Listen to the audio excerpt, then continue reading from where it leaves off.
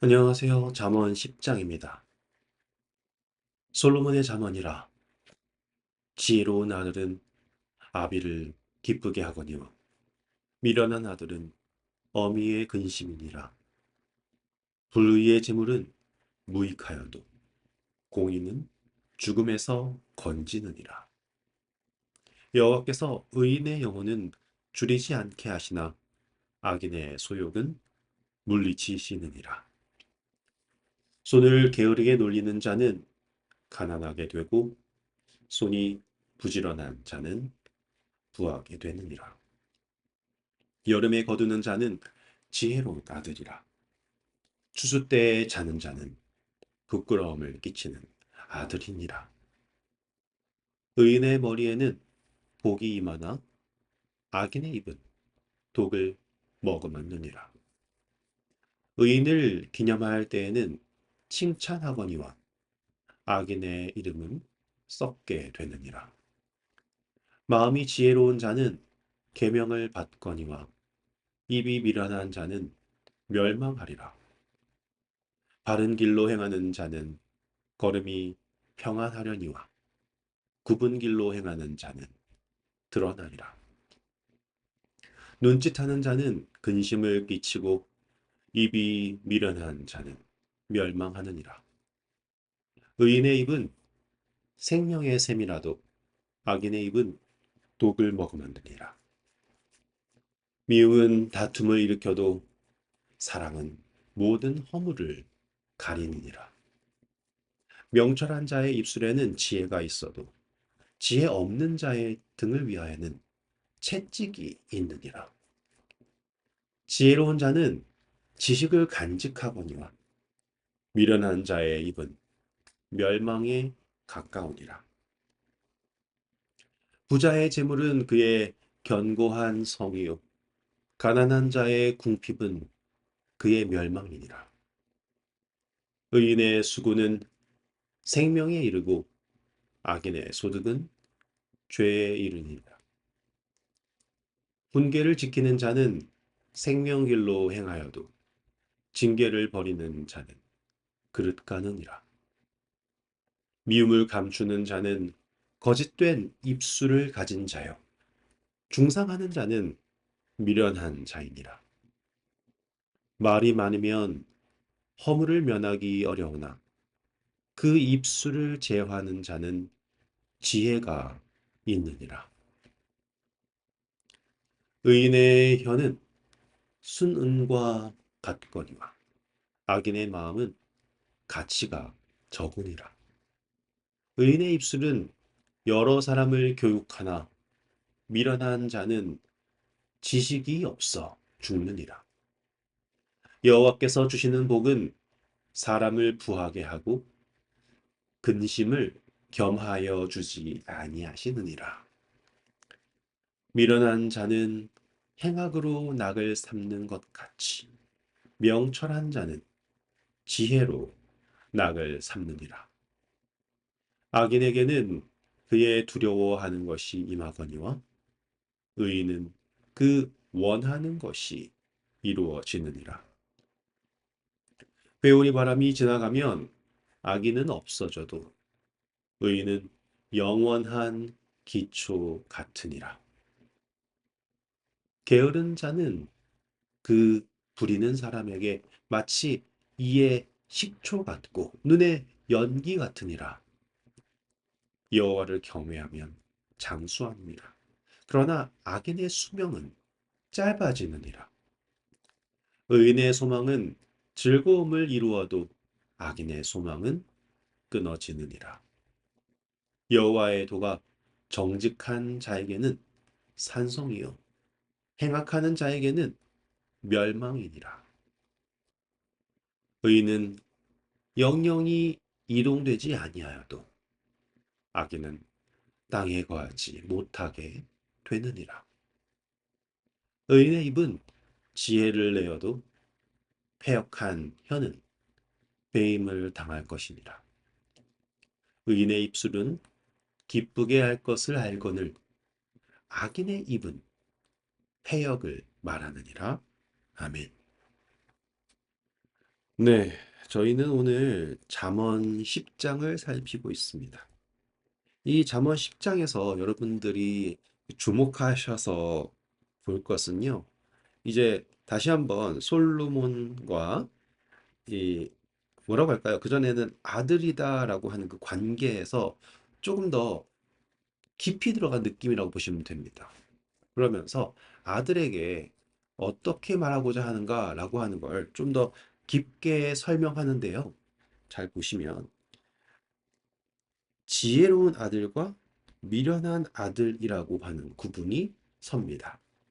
우리 구약에서는 지혜로운 여인, 그리고 미련한 여인 이렇게 나왔잖아요. 어리석은 여인 이렇게요. 하지만 10장에서는 지혜로운 아들, 미련한 아들로 등장을 하는데요. 여기에서 우리가 이제 보셔야 할 것은요. 지혜롭다, 어리석다 라고 하는 게 우리가 생각하는 것처럼 막, 야, 과연 지혜로운 것은 무엇일까?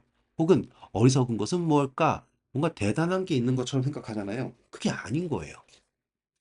너무나 당연합니다. 보세요. 지혜로운 사람은 언제 추수한대요? 여름에 한대요. 추수할 때 잔다라는 건 뭐예요? 어리석다라는 거 다 아시죠? 너무나 당연합니다. 그리고 우리가 생각할 때 기본적으로 우리가 보기에 옳은 것을 하면은 복이 오고 나쁜 것을 하면 뭐 안 좋은 일이 생긴다. 이런 것들 너무나 당연하지 않습니까? 근데 10장은요.